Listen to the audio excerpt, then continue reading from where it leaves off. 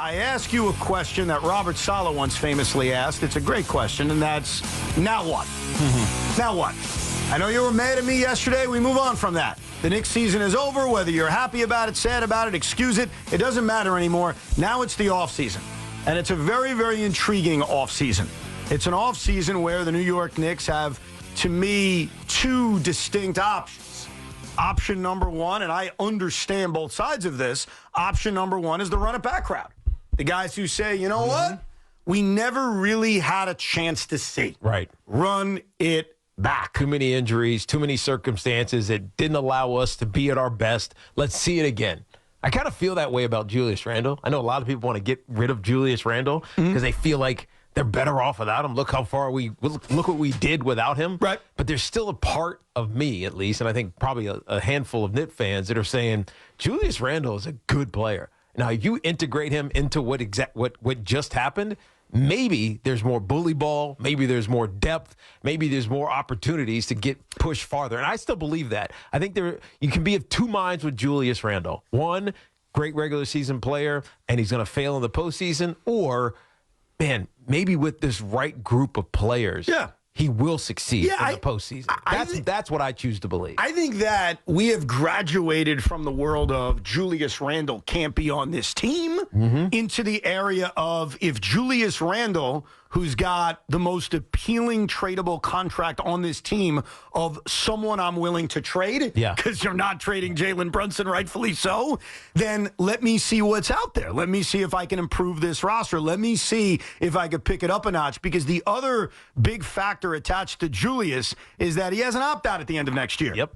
The Knicks have an ability to extend him actually this summer. They're not going to. It wouldn't be smart to, and I don't think they're ever going to extend him at the end of next year when they're going to have to pay him a lot more than he's making on his current contract. So it's not just, I want to trade Julius Randle. It's, hey, if he's not going to be on this team long term, can I look outside my NBA window and find an upgrade? So let's play a game, ladies and gentlemen, because one option is run it back, and I totally see that side. Option number two is, can I get better? So I've got a bunch of names. I'm going to throw these names at you. I'm going to throw the names at the audience. I want a yay or a nay on even pursuing the player. Okay. If you want to pursue the player, we can get into details on how you make it happen and what it would do for the team. But I got a lot of names. Are you guys ready? We're always ready, Ev. Loogie, how you feeling? Terrible. Welcome back. Thanks. Hey, how's that red eye treating you? Awful. Aren't you excited to play yay or nay, though, on NBA players that could be members of the New York Knicks? I put it right up there with the first time I got laid. All right. Here we go. Player number one. Now, you know where I stand on this guy. Paul George. Yay or nay? Wait, hold on. Let me back up a sec. Are we taking into account what we have to give up to get this guy? No. Not yet. First step is, do you want to pursue the guy? Okay. And if the answer is yes, we could explore what it takes. I'm going to say yes. You giving a yay? I'm giving the yay. You giving a yay, Luke? You're interested Veteran. in Paulie George? No. I'm not interested. Wow. Rejected it right off the top. Nah. Okay. So, Tiki, for this to happen, one is option that won't happen, which is Paul George is a free agent. He opts out and he signs for less than what he's worth because he so wants to be in New York City. That's not going to happen. Nope. So option number two is opt in and trade. And the opt-in and trade would mean the L.A. Clippers are willing to orchestrate it, and it would mean the Knicks would be willing to give up what it takes. And what it would take is Julius Randle, what it would take is Mitchell Robinson, and what it would take is probably maybe two of your collections in first-round picks. Yes. That's what it would take to add Paul George. And the collections in first-round picks are just not appealing to most people. So if someone's going to take those picks, along with Julius Randle, I would say yes, and Mitchell Robinson. I agree. I would say yes. I agree. I think that makes the Knicks better. And I think that is where the running it back crew, I would disagree with you. I think you are a better team if you can add Paul George in a deal for Julius Randle, Mitchell Robinson, and let's say one or two first-round picks. So two of us are here. Yes. Loogie says nay. You ready for guy number two? Yes. Spider. Donovan Mitchell. Yay or nay? Nay. Nay. Loogie. Nay. Wow. No. Double nay. Double nay. Okay. I worry about defense. I mean, we just saw the Indiana Pacers. 2 undersized guards, I understand. Right. We just saw the Indiana Pacers score 130 points and shoot 70%, basically. The last thing we need is a backcourt that's tiny. I actually agree with you. I think Donovan Mitchell is a wonderful player. I think that right now, considering the step that Jalen Brunson just took this past season, I don't think he makes the same sense that in theory he may have made a year or two ago. Agreed. So I am a universal nay on Donovan Mitchell. I'm going to throw another name at you. He might be good for the Nets. Well, we're not talking about the Nets. You want to talk about the Nets? No. Well, wait Nah. We'll do that on a podcast later. All right, here's option 3. And this name is going to surprise you, and I bring him up because he's a free agent. And so while it may take a lot of creativity, I think a guy who's a free agent is a somewhat realistic target, and I think this guy's perfect for your team. And you haven't thought about him yet. Pascal Siakam. Yay or nay, Luke? Yay. Oh, we got a yay, even though he just beat you? Oh, I don't care about that. It's not about that. That's old stuff. That happened 2 days ago. That's old stuff. So yay or nay? What's he, 33? No, he's not 31? that old. 31? 31, I think, yeah. Yeah, 31. I think reluctantly, yay. Reluctantly, yay? Yeah. You don't think, look, it is going to be very difficult to pull this part off. I don't know what his star level is consistently. Well, his star level is he can't defend the way he did 5 years ago. He can't guard 1 through 5, but he's a solid defensive player. You love the built-in Villanova chemistry. You've got the Siakam OG Anunoby chemistry, assuming you re-sign him, and you just saw it in Game 6 and 7. He's a matchup problem who can fill the basket. Yeah, and he's a winner. And even though Kawhi was the best player on that Raptor team, Siakam was the best player in the finals and played really well. I know he's not at that level anymore, but you saw it here with Indiana. When the games get tight, he could score, and I like that. I like that second option, third option. Yeah, and he's got a little bit of a dog in him, too. Yeah. Yeah. Definitely. He wants to get in your grill. Yeah, the problem is he's a free agent. The Knicks don't have cap space. It would have to be a sign and trade. So you would need Siakam to coerce Indiana, who clearly traded for him, to then re-sign him to orchestrate a Julius Randle draft pick-led sign and trade. It's probably not going to happen. So that means he's got to want to be here. He's got to want to be here.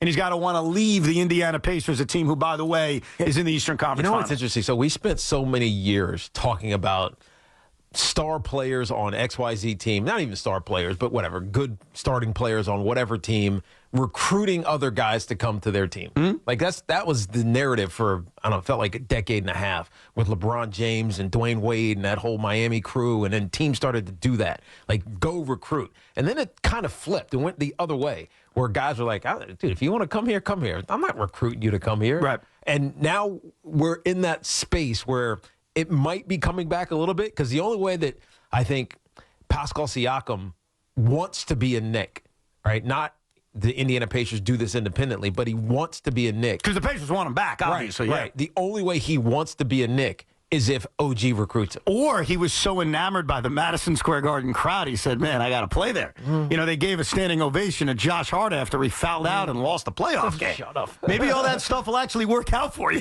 Rightfully so, by the way. For the standing Of course. Here's your last realistic name, and then we'll get to the guys you're dreaming about. Zach LaVine, Chicago Bulls. Yay or nay? Absolutely no. Absolutely no. Tiki.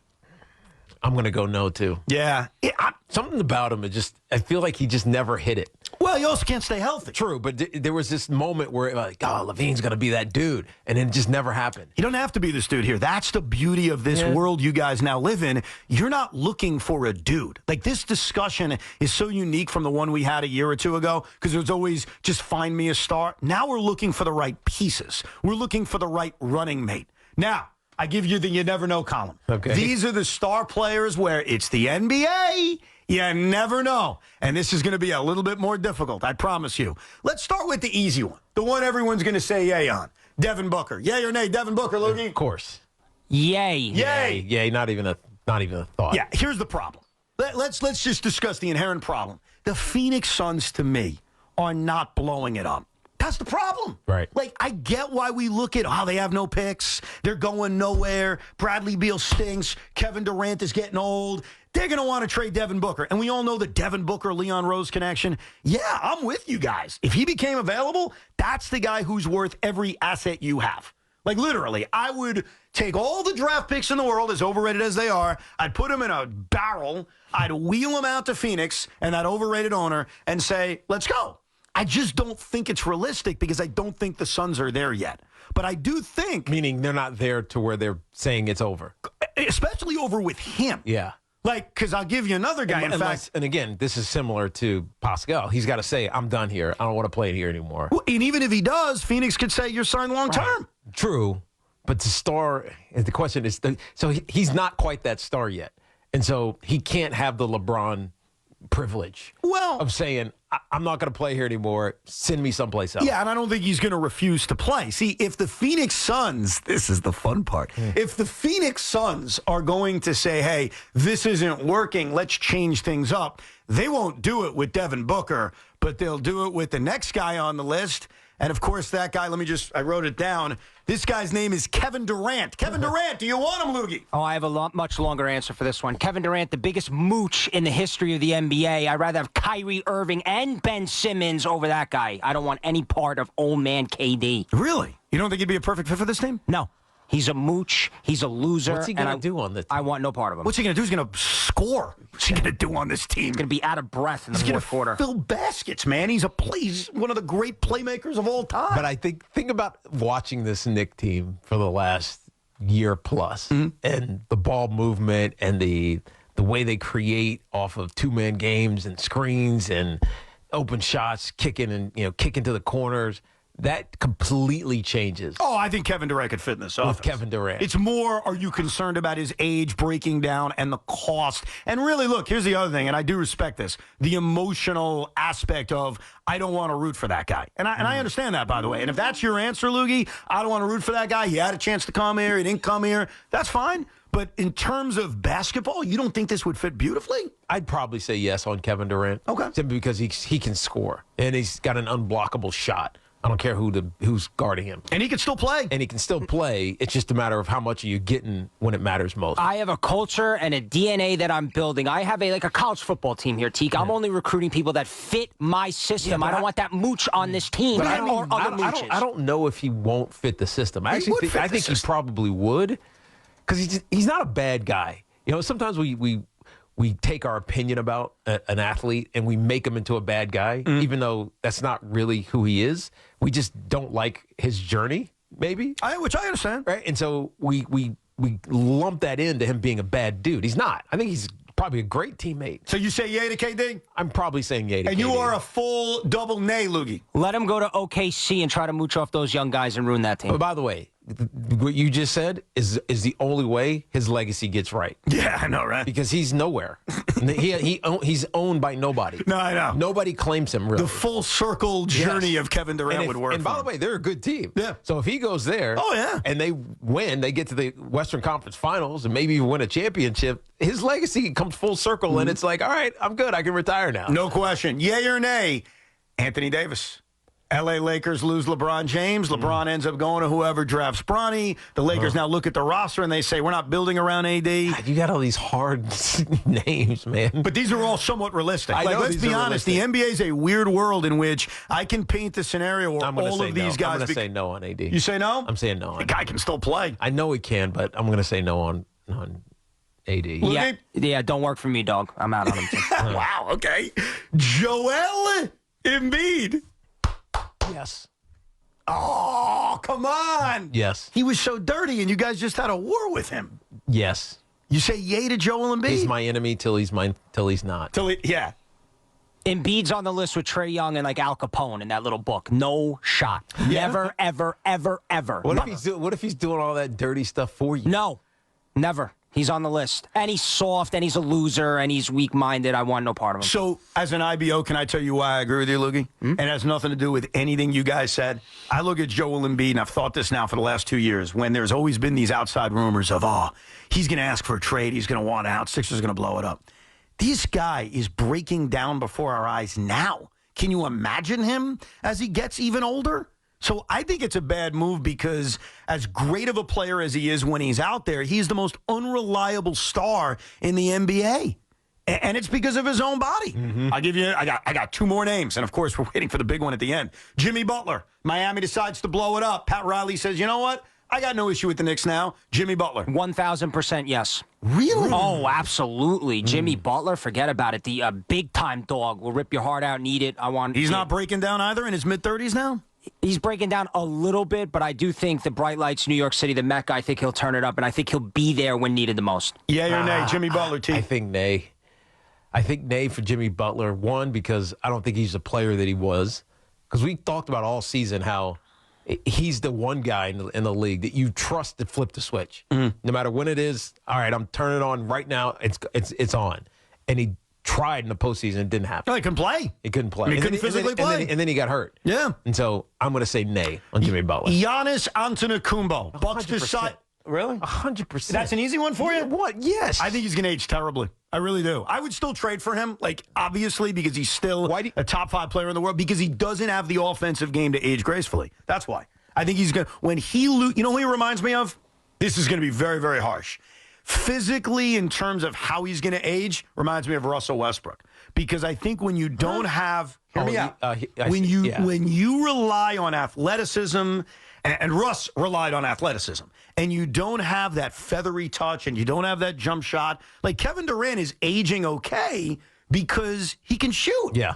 I think Giannis Antetokounmpo, and let me be clear, if the Bucks decided to blow it up, would I be willing to make them the Godfather offer? You have to.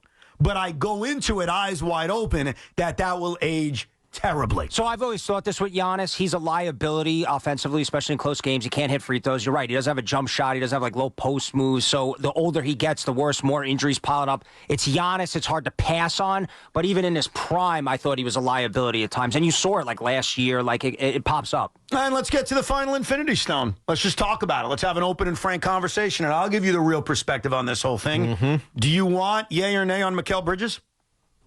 1,000,000% yes. The final Infinity Stone, the Nova boys. What I love most about him is defense, because when OG Anunoby went down, they couldn't guard anybody. Indiana basically shot 90% in the first half in Game 7, so I need a guy that can lock it up. Bridges, who's obviously disinterested playing for the little brother, doesn't want to be there. He's been openly recruited by the players on the Knicks, his fellow brethren from Villanova. They want him. We want him. I want him for his defense. He's shown he can be a real-time scorer. You, at one point, Evan, said he's the best player in this town, which he no longer is, but he has that kind of potential when he's motivated, which he will be here. If you want to question his leadership, you can, but on this team, they have enough leaders, so they don't need him to lead. Right. They need him to defend, and that's what he does. He doesn't need to be the alpha. Correct. He doesn't have to be that big, loud voice. He doesn't need to be.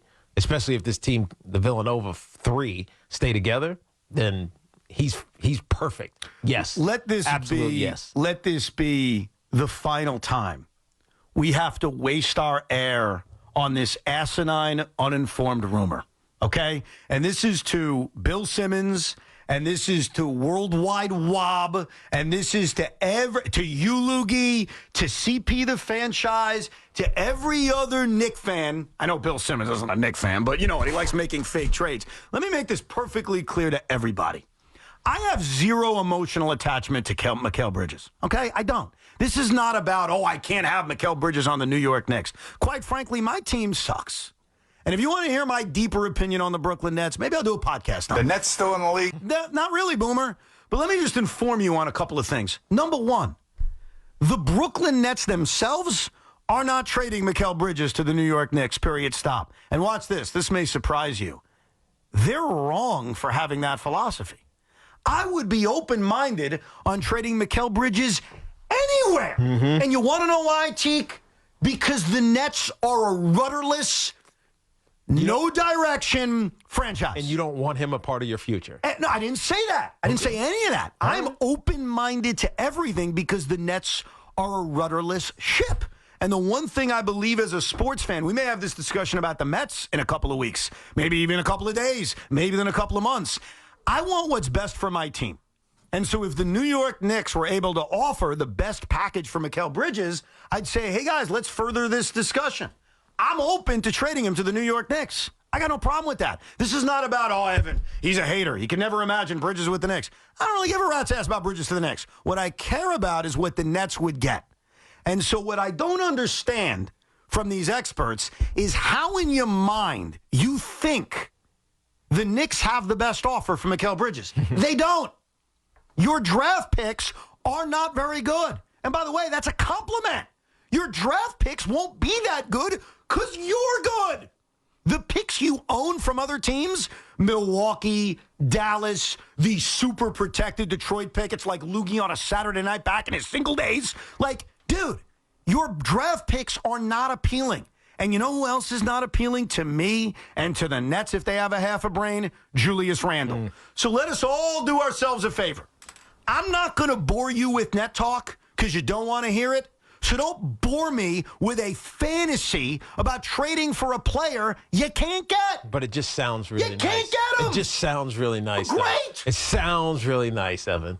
Well, you know what also sounds really nice?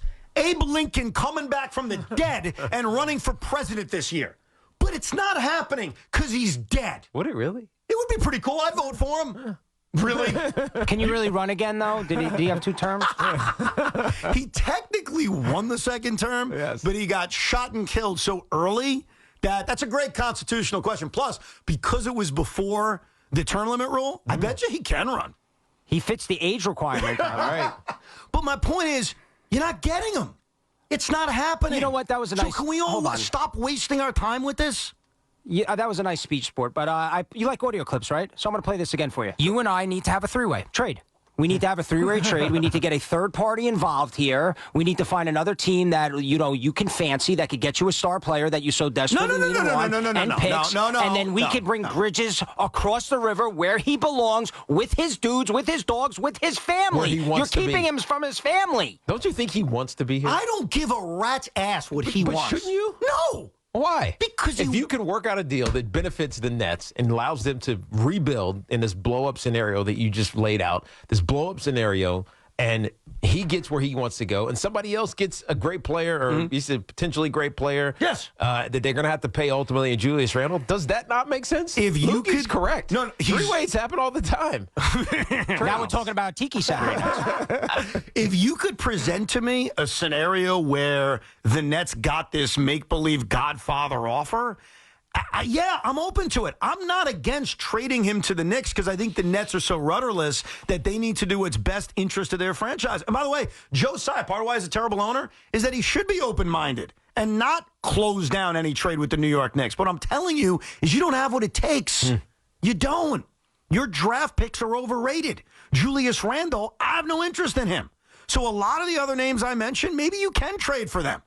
Like, maybe you can. But the Mikal Bridges one, which I just want to put a stop to, because I know being a Net fan means nothing nowadays. They suck. They're irrelevant. I don't waste your time talking about them. But at least let me inform you guys before we spend hours fantasizing about something that's not going to happen. Well, I appreciate you informing us. You're not getting Mikal Bridges. You don't know that. So stop saying that definitively. You don't know that. And you don't want it either. I love that you throw it, I wouldn't care. It would eat you alive. Why would it eat me alive? Bridges is the missing piece for a Knicks title, and he was your guy. Look, Mikal Bridges is not my guy. He means nothing to me. He's been a loser since he's gotten here. Oh, really? He gets bullied by his Villanova teammates. I want what's in the best interest of my team. I think you know that as a fan of teams. I just want what's in the best interest of my team. The Knicks can't offer guys what's in the best interest of my team, so stop dreaming about it. But we can find a third suitor, and you were pumping up Bridges last year like he was basically LeBron James, and now you're done with him because he was disinterested in a really, really bad season? That's ridiculous. If he's not a cornerstone of your team, I don't know what the hell cornerstone you have. Find a third team. If you don't like what the Knicks are offering, I get that. We'll have a 3-way. We'll set something up. Bring Bridges back to his family, to the Mecca, to the real basketball team around here, and you could get Trae Young or whoever else you seek. All right. You want Donovan Mitchell? So anybody. I'll give you name the team. I'll give you a couple of minutes. Right now, during the next commercial break, I want you to list the 3-way that appeals to me. And I'll tell you if it appeals enough for me to get into bed with you. That's your job. When we come back, your calls. You want some of those guys, or are you a run-it-back guy and say, you know what? I think Julius Randle, postseason this time with Jalen as the star, I'm in. Run it back or one of these stars. We'll talk you and I need to have a 3-way. Well, probably not happening. We'll get to your calls next, 877-337-6666.